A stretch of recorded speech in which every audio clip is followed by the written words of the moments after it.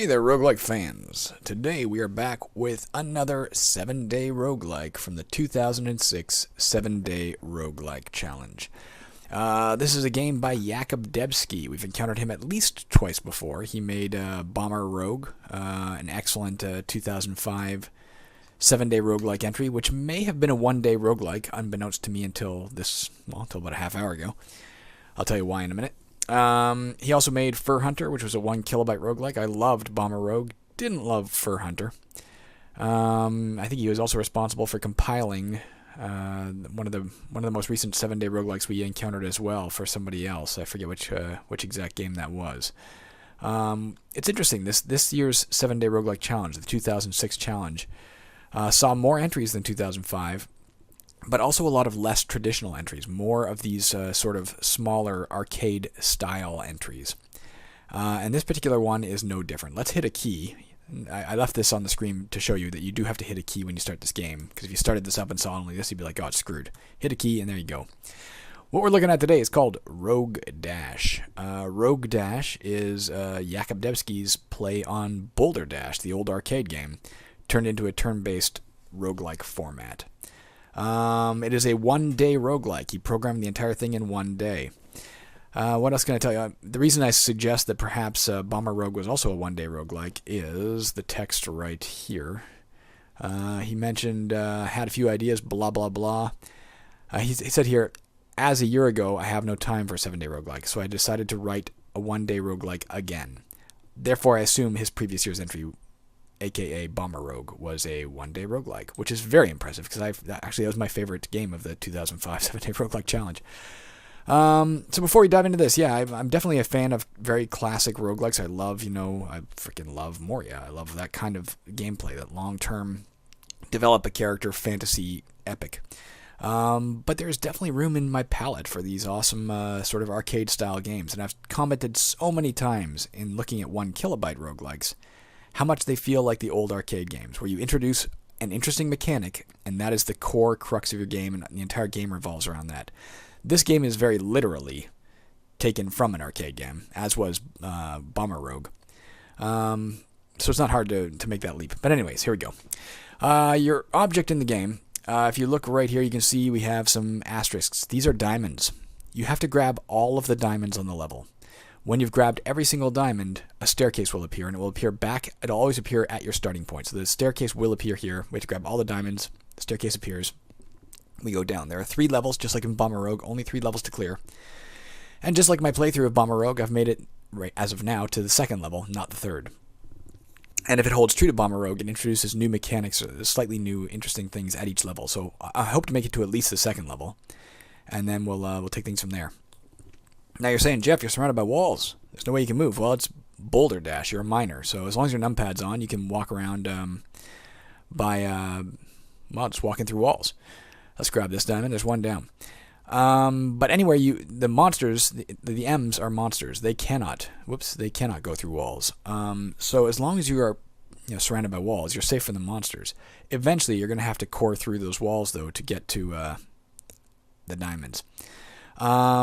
This is not a top-down view like in a traditional roguelike. This is really a side view, and therefore gravity is in effect going in this direction. These are walls, that's fine. This is floor, that's fine.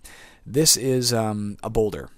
If you tunnel under a boulder, or apparently a gem, I just saw that now, on a turn-by-turn basis, it will fall until it strikes more wall, or perhaps, well, I guess you probably can't burrow out of the edge of the screen. I haven't tried. So you can use these to sort of create, sealed passages behind you. If I was to burrow here, it won't fall on me immediately, but it will probably if I don't move. Maybe not. Maybe it won't hurt me if I stand there. I don't know. I haven't tried. If I move to here, it'll fall down and therefore seal the passage behind me. So if there was a monster chasing me, there's a way to block off pursuit in that regard. And yes, this would be open then, but monsters can't move on diagonals just like you can't. So you can seal them off in that way. Let's figure out how to grab some of these. I'm going to start by actually trying to grab some of the ones that are well away from the monsters. Let's just get some of the easy ones out of the way. Oops, we opened ourselves up a little bit. I guess not. He can't get through that boulder.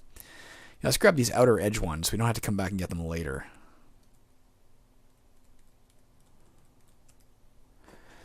Alright, we can probably get some at the top as well. Let's kind of retrace our steps, so we're not opening up all kinds of new passages here.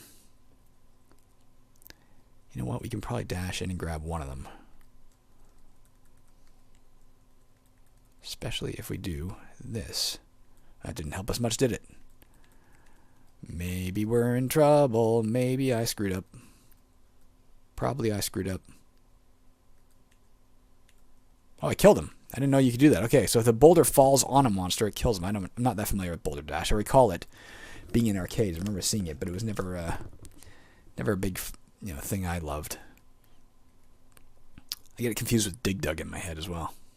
Okay, we're doing okay. If a monster touches you, you lose a life. Your life is essentially health.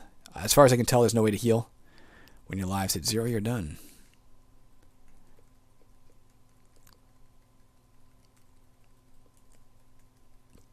Pretty simple mechanic, but interesting gameplay.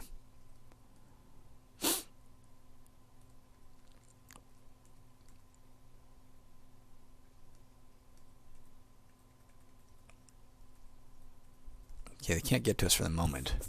Where do we have left? Let me look at my screen proper here. The problem is I'm looking at I've been simultaneously looking at the actual game screen and the OBS Studio screen, and I'm missing half the map. Therefore, my actual game screen was shoved off the edge of the map. I'm going to look at just the game screen now. It makes more sense, doesn't it?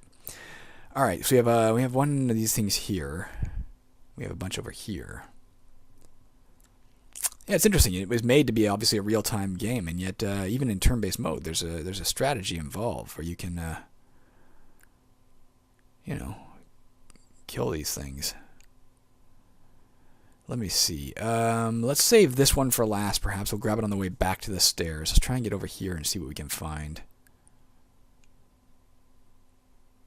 How do I do this? Let's go this way.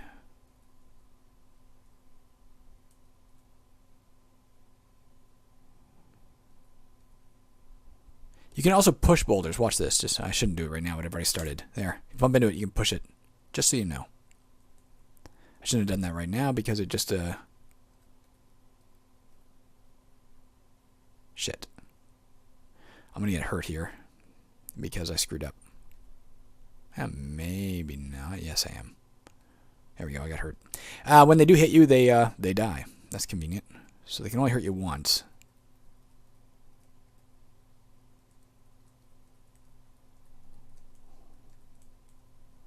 There's some over here I can get to. I didn't even see these earlier because, again, my map was... my actual game map was shoved half off the screen. I lifted it up just enough that I could click into it if I needed to click into it to activate the game. And I was playing on the OBS Studio window, which is stupid because this window is actually bigger than my OBS Studio window at the moment.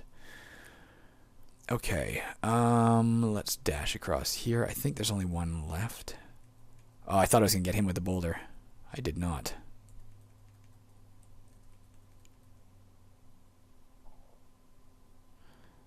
Can I get them to pursue me and seal them off? Is that possible? I mean, they're sealed off for the moment, but that's not going to help me much, is it? Can I kill them in any way by...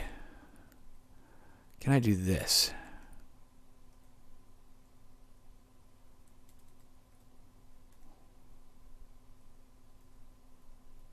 They're smart. I didn't know they were smart. Nobody told me they were smart, damn it. There's a stairs appeared. Can I make it? I think I can. Okay, we took 2 damage, looks like.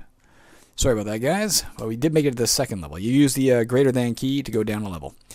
Now, the second level includes a new mechanic, and that you can see some of the walls are bright, some of them are still dim. The bright walls you cannot dig through. So you do have to be a bit more strategic about your approach to things. As you can see, gravity takes effect as soon as the game starts. It is randomly generated. I can absolutely 100% confirm that. You're never going to get the same level twice, so that's kind of neat. Even the original game didn't include that. I don't know if that means it's impossible. Like we can't get through here, for instance. We could push this boulder, but it'll push up against a wall, and we can't dig down or up here, so that's not going to help us. If we try to dig up and around, we can't push that boulder this way, so there's no way through up here. Let's try and get down to there. We can get that one for sure. That's easy enough. This one's easy enough. Let's get the easy ones. Save the hard ones for later. Looks like the monsters won't even try to get to you if there's no pathfinding that reach you. I was impressed with the AI of that monster dodging that boulder. I didn't expect to see that. Alright, we can get through here. What? Did that boulder just, like, roll to the left? I'll have to watch that in the playback later. What the fuck? What the hell's happening? What's going on with these boulders? Is there a new mechanic at work here in the game that I didn't calculate? This thing's roll. That's interesting. I don't know the original game well enough to know. Whoa, fuck. I made a mistake. Can I get out of this? Probably not. Maybe.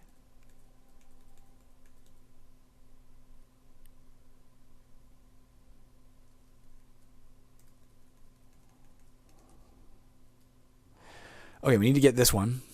He's going to chase us around. We have a few more over here, and of course we got to get this one on the way back. This will be our exit up here. I doubt I'll survive this level. I'm not clever enough, probably. What? Apparently diamonds that fall on you can hurt you. Oh, and I went back to the start. That's an interesting point of fact. I didn't know that happened. Alright, so if a diamond falls on you, and perhaps if a boulder falls on you, you die and you go back to the start. I'm fucked. Alright, well, we have one life left to live. One life to live. Is that a soap opera? Alright, I'm going to grab this one. Knowing full well that this guy will chase me. Not thinking that that guy would chase me. And therefore I'm in trouble. Oh, come on, other guy. You have to chase me too. If you don't chase me, I'm fucked. Can I seal this shit off? Uh-oh.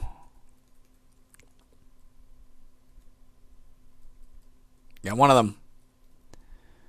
Okay. Now what am I going to do? Now what am I going to do?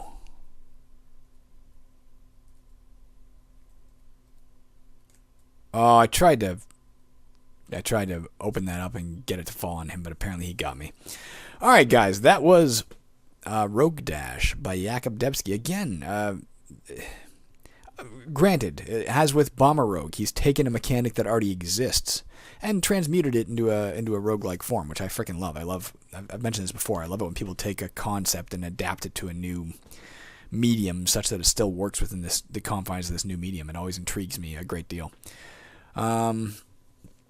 But granted, he didn't come up with the core gameplay per se, but still, a simple mechanic introducing it made it really fun. Yeah, I have a weird tear in my loyalties these days. It feels between traditional roguelikes, which was what drew me to this genre. Obviously, I'm author of a traditional roguelike myself, but tear between that and these weird arcadey roguelikes. They're pretty exciting and intriguing, and they're I guess they'd be called coffee break roguelikes. They're definitely what you would do in 15, 20 minutes, 30 minutes. But they're worth your time, man. I will include a link because I always include a link. Download the game. It is fun. It is awesome. RogueDash by Jakub Debski. All right. I'm off to continue some playtesting on Caverns 2. I'll be back in a little while with some more videos. Until then, keep enjoying those roguelikes. Let me know which ones you're having fun with yourself. I'll talk to you later. Bye.